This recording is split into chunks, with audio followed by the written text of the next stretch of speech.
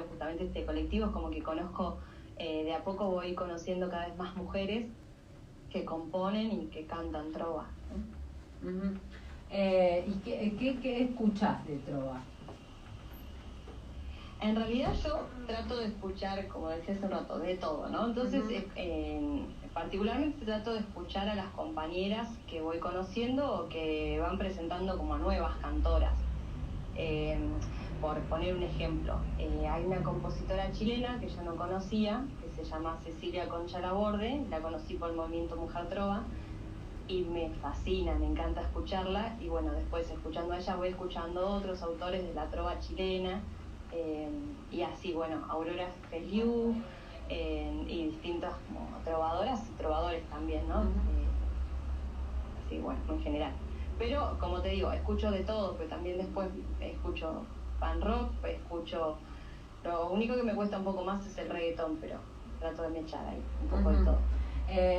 Bueno, suena como que si de repente con lo que estás nombrando, como si tuvieras 100 años y en realidad naciste en el 85, digo, como para ubicarnos idiosincráticamente. Chicas, me estoy yendo. Frente a quién está, frente a quién estamos hablando. Lucía, ¿cómo empezó toda la historieta esta de... Bueno, yo a Lucía la conozco, la conocí en Mercedes, algo sé de sus comienzos. ¿Te escuchaste cantar? No. Bien, no. Para la próxima. Digo, algo sé de tus comienzos acerca del contacto con la literatura, pero me parece súper interesante para que se lo cuentes a los oyentes. ¿Cómo fueron tus primeros contactos con la literatura?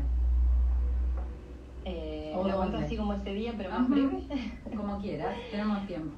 Bueno, en realidad, como por ahí contaba en un evento que justo estaba Juli, en mi casa no se leía, no había libros, ni biblioteca, nadie escribía tampoco, ni siquiera se escuchaba música.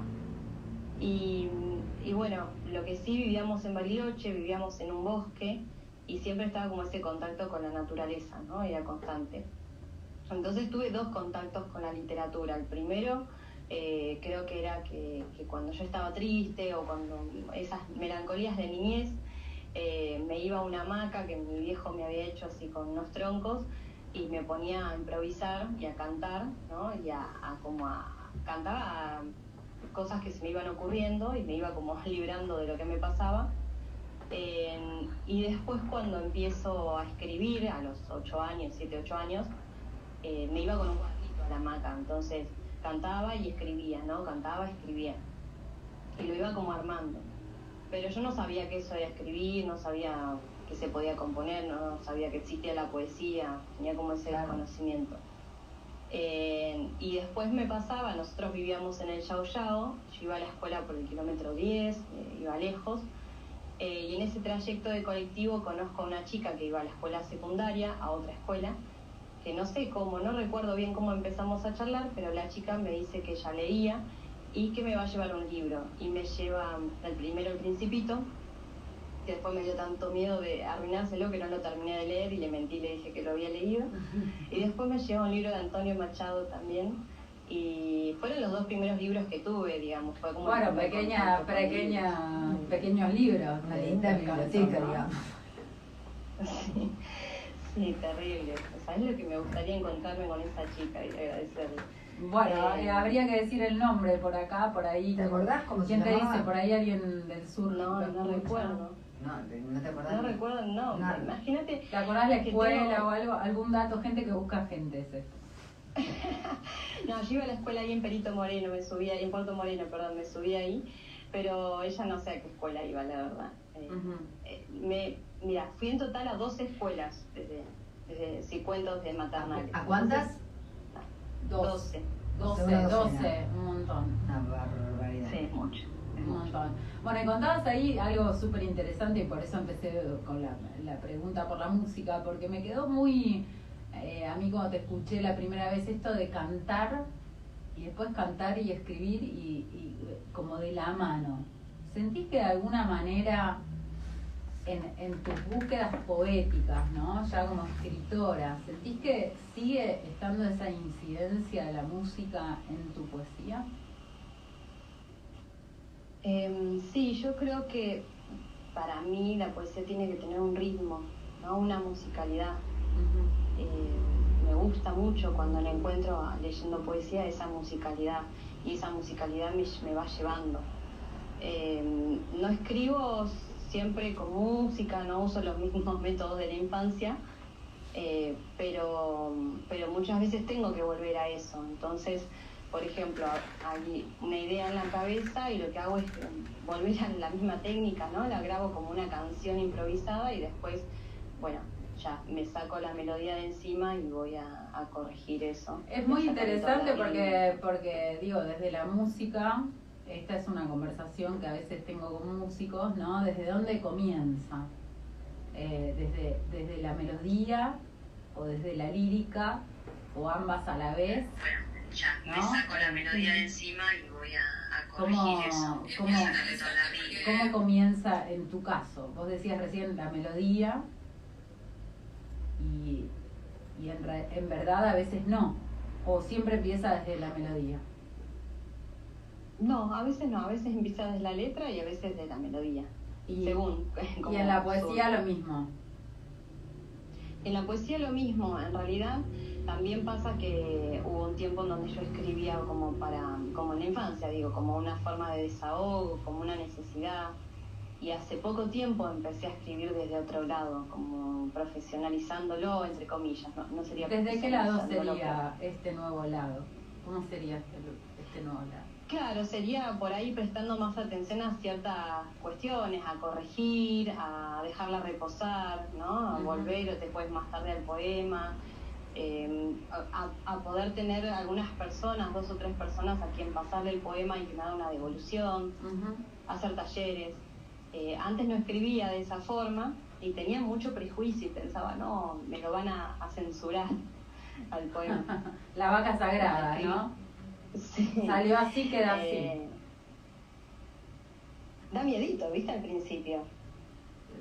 Sí, hay como una cosa ahí medio rara a veces, pero yo esa palabra la puse, ¿viste? Es como, bueno, en el fluir de conciencia, lo que va sucediendo a medida que vamos escribiendo, que de repente se te viene una frase, una palabra y te encanta y después te das cuenta con el transcurso de la profesionalización que esa frase es alucinante, pero que ahí hace ruido, entonces tal cual.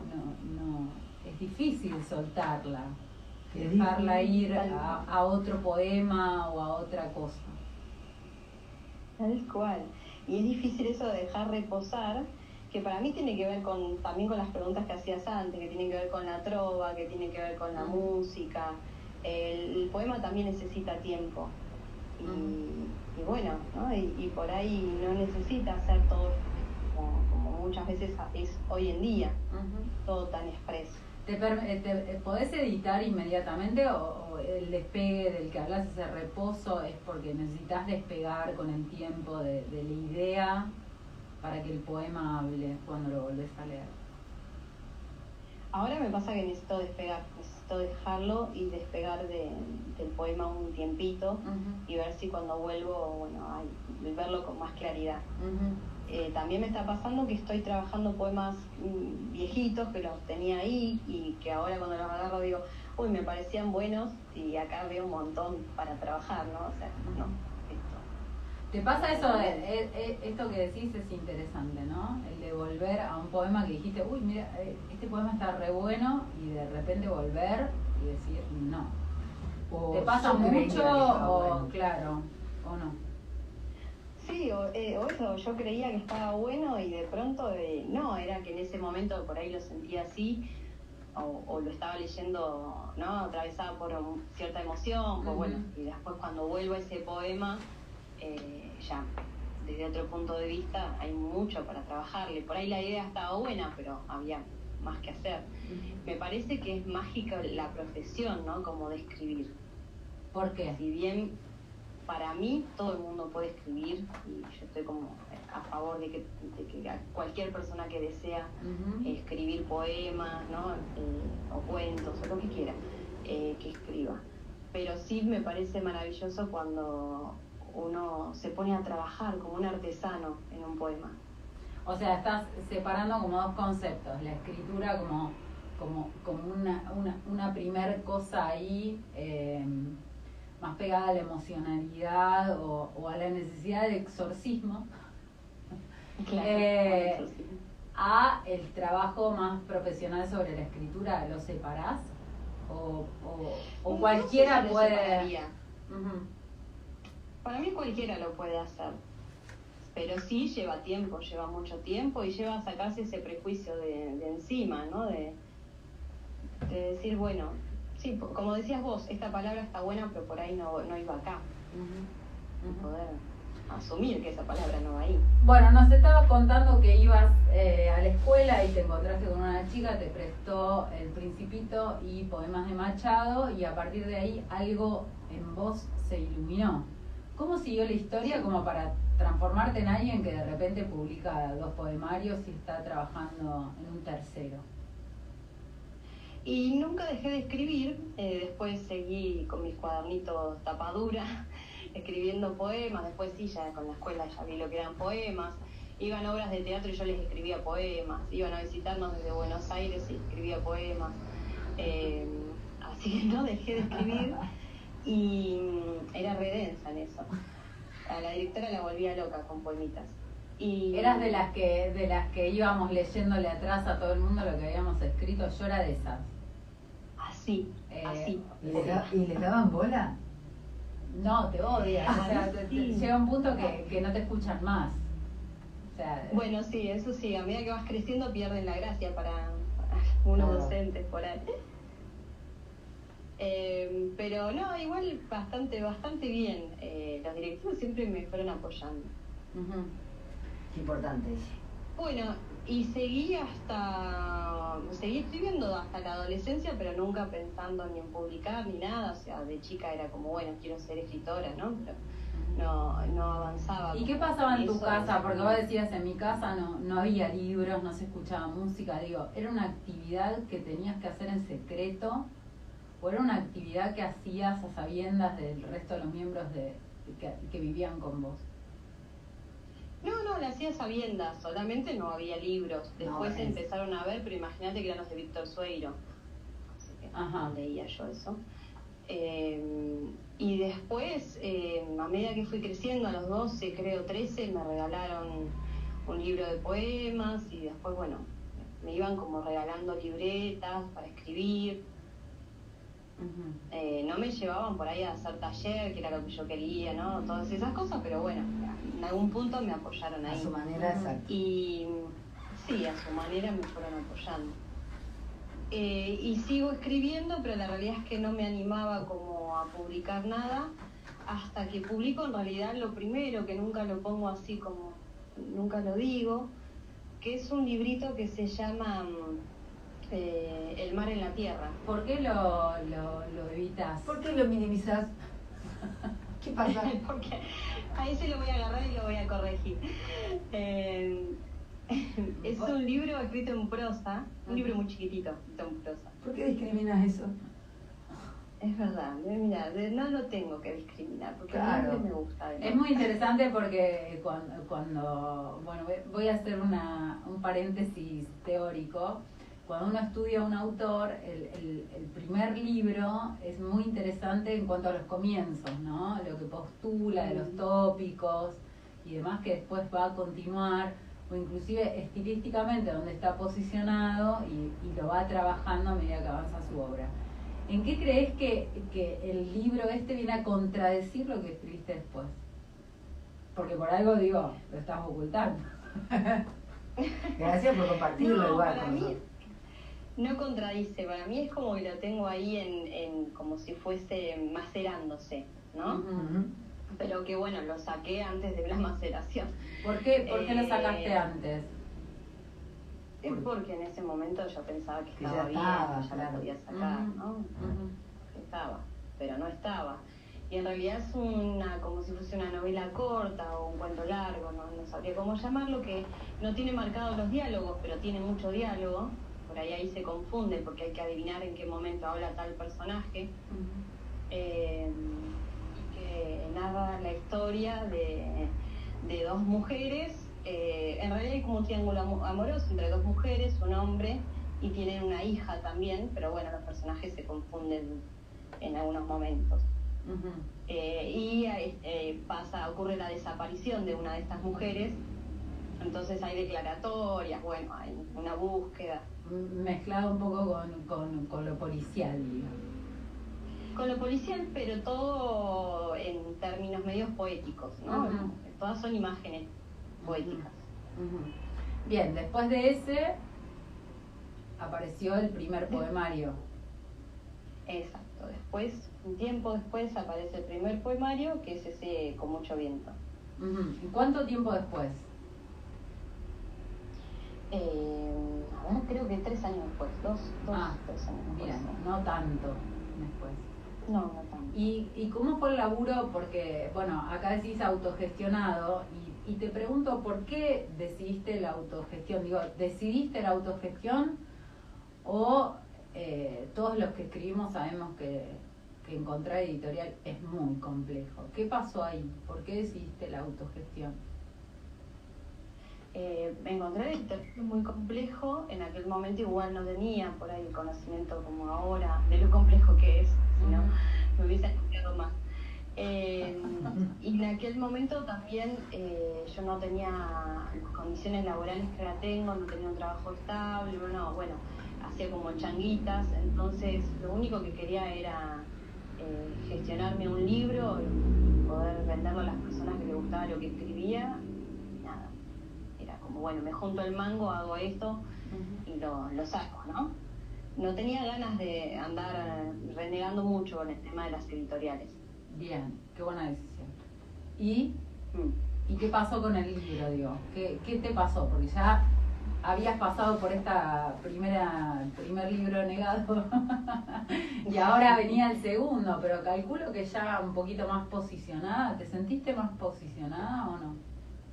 Sí, completamente, sí. En el segundo, aunque hoy en día veo los poemas y no todos me gustan, sí, me sentía más posicionada. Fui, digamos, a registrarlo, a hacer todos los trámites sola, busqué una gráfica, ¿no? Lo hice todo yo, el diseño de tapa, bueno, todo, con colaboración igual. Y sentí que estaba en condiciones. De hecho, bueno, preparé la presentación del libro. Y se vendieron en un mes, así que había hecho 100 copias, tampoco eran tantas. Bueno, un libro de poemas es bastante. La verdad que volaron, me quedaron 2 de recuerdo nada más. Pero fue lindo, fue una linda experiencia. Lu, y hoy decías, bueno, yo le doy mis poemas a 2 o 3 personas. ¿Por qué esa, antes, no? Supongo antes estoy suponiendo, antes de sacar el poemario, ¿no? Sí. ¿Por qué esa reducción? O esa elección. O esa elección, yo pienso que es una cuestión de confianza. Creo que la primera persona a la que le empecé a pasar mis poemas fue a Sara Mamani, que por ahí la nombraste en la presentación. Es una compañera, mujer trova, pero bueno, es una gran artista, música, compositora, y al admirarla tanto, le empecé a pasar, ¿no? Como, bueno, a ver, Sara, ¿qué te parece esto, lo otro? Y sentí que necesitaba tener esas personas de confianza, Sara, Vero, por ahí vos la conocés, a Vero Mateo. Sí. Necesitaba tener 2 o 3 personas a quien poder. ¿En qué crees que su palabra para mí es importante? ¿En qué crees que, porque bueno, Stephen King tiene un libro que se llama Mientras escribo, y él dice que él selecciona, ¿no?, a sus primeros lectores, y que no tiene que ver por ahí con el afecto, sino con la verdad que el otro le transmite, ¿no? Entonces, digo, estos primeros lectores te hacen sus aportes. ¿Cuándo escuchás esos aportes y cuándo decís no? Esto no lo voy a considerar.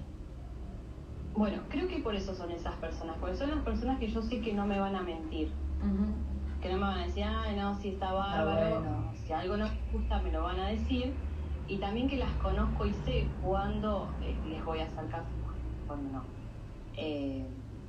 Creo que por ahí es por eso, porque también, porque tienen musicalidad, ¿no? Pero tiene una musicalidad, sus Sí. poemas tienen una musicalidad, sí tiene una musicalidad. Y Sara, además de que es música, el otro día fui a ver la película, se estrenó un película documental sobre su vida. El Cuchi Leguizamón la elige en algún punto porque su voz tiene una musicalidad fantástica. Tremendo. Y poder dárselo a Sara es sentir que, bueno, que parte de esa musicalidad que ella tiene interiorizada, bueno, me la va a poder, ¿no?, marcar o no, en un poema. Decíamos, obviamente nos quedamos recontentos con los aportes que tomaste, y los que no, ¿por qué los descartás? ¿Cuáles son las decisiones, ¿no?, en tu poética, absolutamente personales? En general estoy hablando, no estoy diciendo, bueno, un día me dijo tal palabra y le dije, bueno, esto no, sino en general, cuando vos decís, bueno, no, esto acá no. Bueno, en que a mí me gustan ciertas palabras, las voy a usar igual, no me gusta que sea fresca o que sea cotidiana, eso, que sea una poesía cotidiana. Entonces, si llega a hacer algún cambio como que le quita cotidianidad o le quita lo terrenal, bueno, ahí diría que no. Ahí descartás. Por ejemplo. Bueno, ahí descartaría. Además de esta actividad como escritora, vos das talleres en la unidad penal de Mercedes. ¿Cómo crees que esos talleres, primera pregunta, influenciaron en tu escritura o no? Sí, mucho, sí. ¿Y cómo? Por un lado, con imágenes que necesitaba tener, que necesitaba volver a ver, y con cuestionamientos a mi escritura, que me hago todo el tiempo. No sé, creo que eso surgió también en esa actividad, ¿no? Para quién uno escribe, si uno escribe para uno o no, pero todo el tiempo me estoy preguntando, no es que todo el tiempo me estoy preguntando, pero es una pregunta que tengo, ¿no? Si yo quiero que sea un poema que cualquier persona pueda sentirla, que pueda escucharlo, o no. Y no tengo respuesta a esta pregunta, no la tengo. Pero el haber trabajado con ellos, el estar trabajando con ellos, me pasa que a veces me es difícil la elección de los cuentos, la elección de algunos poemas. Y me termino sorprendiendo porque termino encontrando que los que les llega más son de autores en los que yo no me imaginaba que les iba a llegar. Por ejemplo, bueno, la vez pasada que trabajé en un cuento de Di Benedetto, o por ejemplo, Leónidas Escudero les encantó. No sé, Mary Oliver les está gustando.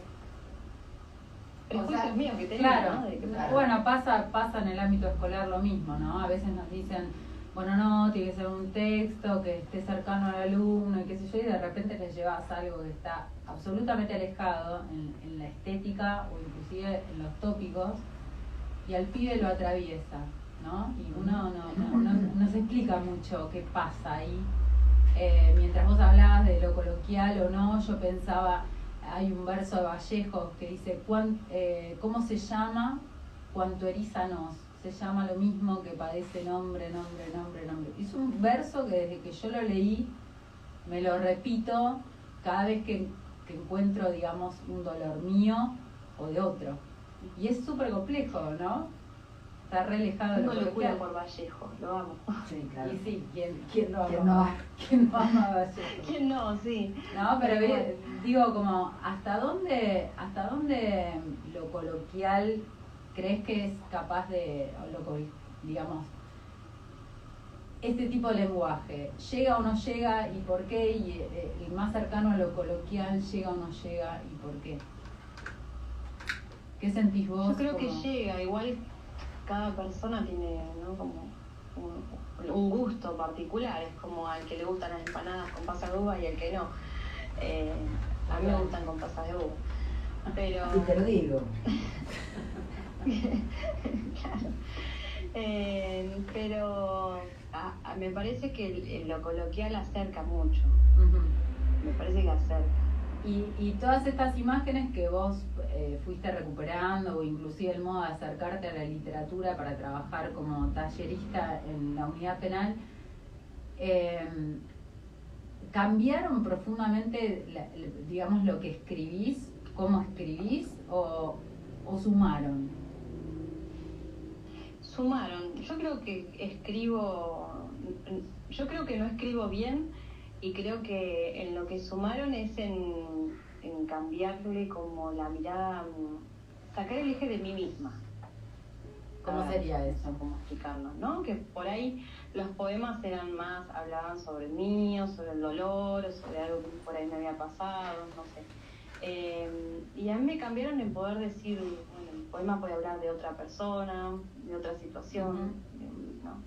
¿Hasta dónde decís esta pregunta? Se la hago siempre porque es un problema mío, ético que tengo yo. ¿Hasta dónde tomás al otro para escribir, digamos, anécdota? Le pasó algo a alguien, ¿no? O sabés del dolor de alguien. ¿Hasta dónde está el límite ético para decir, esto lo uso y lo hago literatura? No sé, deberían ponerlo como en un papel y que lo firmemos quienes escribimos, porque uno como va con las antenas paradas, ¿o no? Todo el tiempo. Como, bueno, uy, qué buena esta imagen para escribir tal cosa, ¿no? Sí, sí, o qué bueno lo que le pasó a tal, esto lo puedo usar para escribir literatura. Incluso lo puedo deformar. Siempre. Lo deformamos todo y Siempre. listo, ya está. Tal cual. Siempre. Lu, de un poemario al otro, de poesía con mucho viento a La orgía de los milagros, entre la edición de uno y otro pasaron 2 años. ¿Crees que hubo algún otro pasaje, digo, además de los años que pasaron, digo, sentiste el pasaje de un poemario a otro, o sentiste que tuviste que duelar uno para iniciar el otro, o sentís que están de alguna manera vinculados? Yo creo que esos dos están vinculados, también fue autogestionado, pero tenía menos plata todavía, entonces fue más autogestionado. Y a ver, es como que más o menos hubo una continuidad. Siento que lo distinto es ahora que sí pasaron varios años más, o para mí, en mi ser pasaron varios años más. Y ahora sí hay algo distinto. Esos dos poemarios tienen ciertas conexiones. En el medio de todo esto hiciste talleres, vos como alumna, digamos. Sí, y sí, estoy haciendo taller con Tom Maver, que lo entrevistaron hace poco. Digo, esta posición, soy tallerista y a la vez soy alumna de taller. ¿Cuáles son los aportes que te da uno y te da el otro lado? Para mí es como, viste, cuando el psicólogo tiene que hacer terapia, es algo así. Tipo, el tallerista está bueno que haga un taller. Sí, ayuda. Me da herramientas, aunque son talleres muy distintos, ¿no? Primero por el contexto, el taller en contexto de encierro es diferente, o yo por lo menos lo veo como diferente. Y segundo, que si bien es un taller de escritura, nosotros en la unidad penal hacemos de todo un poco, digo. Hemos hecho clown, teatro, radio, vemos fotografía, es más bien un taller como integral. Que todo eso después lo volcamos en la escritura, pero es integral. Pero sí me sirve mucho, por lo menos me sirven mucho los talleres con Tom para conocer un montonazo de autores y para ver justamente esto que te puede llegar, digo, de un poeta ruso hasta un poeta sanjuanino, y llevar esos autores a la unidad también para trabajar con los chicos. Eso muchísimo. ¿Y en el trabajo de tu propia escritura? Y en el trabajo de mi propia escritura es como un complemento. Realmente a mí el taller me enriquece un montón, son talleres grupales, me ayuda a esto de que escuche otro, ¿no? Un otro que está ahí, que te dice algo desde el respeto, que hace aportes. Eso por un lado me parece buenísimo en hacer taller. Y por otro lado te mantiene en escritura. Digo, yo a los chicos en la unidad penal les dejo todas las semanas una tarea. Entonces me parecía re mal que yo no me ponga todas las semanas a escribir. ¿Y qué te pasa con eso? Y ahora escribo porque estoy haciendo el taller con Tom, entonces toda la semana me siento a escribir. Y claro, hay que sentarse, no esperar la inspiración. No, voy a esperar que venga la inspiración y ahí escribo. Sí. Hay como una idea dando vueltas y escribo, o no está la idea y me siento a escribir igual. A tratar de darle forma a alguna idea, ¿no? Una cosa así. Exacto. Te iba a preguntar, ¿cuáles son para vos 3 escritores indispensables que hay que leer? Uy, qué difícil. Es difícil, yo no sé si lo podría responder esto. Claro, vos lo podrías responder. No sé, pero hay escritores que amo, Luego ahora se lo preguntamos a Juliana y la cagamos. Dale. A ver qué dice. No sé, en poesía yo leo mucho ahora a Cristina Peri Rossi desde que la conocí y es como que creo que es porque, bueno, me gusta muchísimo. Pero indispensable es que hay que leer obviamente a Vallejo, a Vallejo, después que sí, me gusta mucho la literatura peruana. Lo que estaba contando, a mí me gusta José María Arguedas, me gusta, bueno, Ribeiro, me gusta Manuel Escorza. Pero eran 3, ¿A cuál Pero elegiste eran 3, entonces me mataste. Cristina Peri Rossi, Vallejo sí. Y uno más. Bueno, y voy a decir una que me gusta mucho, Gabriela Cabezón Cámara. Bien. 3 cosas que le recomendarías a la persona que recién empieza a escribir. Uno, que no se desanime, que es como ir al gimnasio, es ejercicio, ¿no? Es entrenar. Es ejercitar los sentidos, es entrenar. 2, que entrene, que hay que entrenar los sentidos, ver películas, escuchar música, escuchar conversaciones, abrir los sentidos, o sea, que entrene. Y 3, que no se apure a publicar ni paguen esas editoriales carísimas que te hacen una edición de porquería, de folleto turístico, ¿no? Esas ediciones folleto turístico, tremendo. Bueno, Lu, no queremos perder tiempo porque yo ya le pedí un poema, así quiero decirlo, que a mí me partió la cabeza. Pero ella además nos va a leer 2 o 3 poemas más, obviamente. Bueno. ¿Tenés por ahí? Tengo por acá. Voy a leer el que vos me pediste y antes voy a leer otro que creo que con 2 va a estar bien, entonces, porque este es un poquito largo. A ver. Cuando quieras. Cuando vos quieras. Bueno. Puse mi corazón en remojo. A orillas del río, al sur de la ciudad, todo es belleza. El humo de la refinería toca las nubes. Amanece. El agua se va volviendo cada vez más plateada. ¿Qué tiene esta orilla para hacer llorar mis ojos? Digo. Los pescadores de gin gastados, pucho en la oreja, metiéndose al agua hasta la cintura, sacando enormes carpas con las manos. Con todas sus fuerzas las tiran sobre la arena. Un perro las huele. Juega con el movimiento de los peces. Ladra. En la costanera estacionan los camiones de la comunidad boliviana. Las puertas traseras abiertas. Dentro el abuelo duerme la siesta. La abuela calienta una sopa. Los niños quieren correr hacia el río. Nunca visten bikinis. Se meten con remeras largas y pantalones cortos. Cerca, entre los juncos, travestis paraguayas toman sol en tetas, se untan protector solar, miran cada tanto al guardavidas. En el sur de la ciudad nunca nadie está triste. Saltamos una y otra vez las olas, corremos para alcanzar al vendedor de pan con chicharrones, comemos empanadas fritas. Y al llegar la noche, cuando la playa va quedando solitaria, vemos un bote bajo la luz de la luna, con 2 niños, una bici, una garrafa.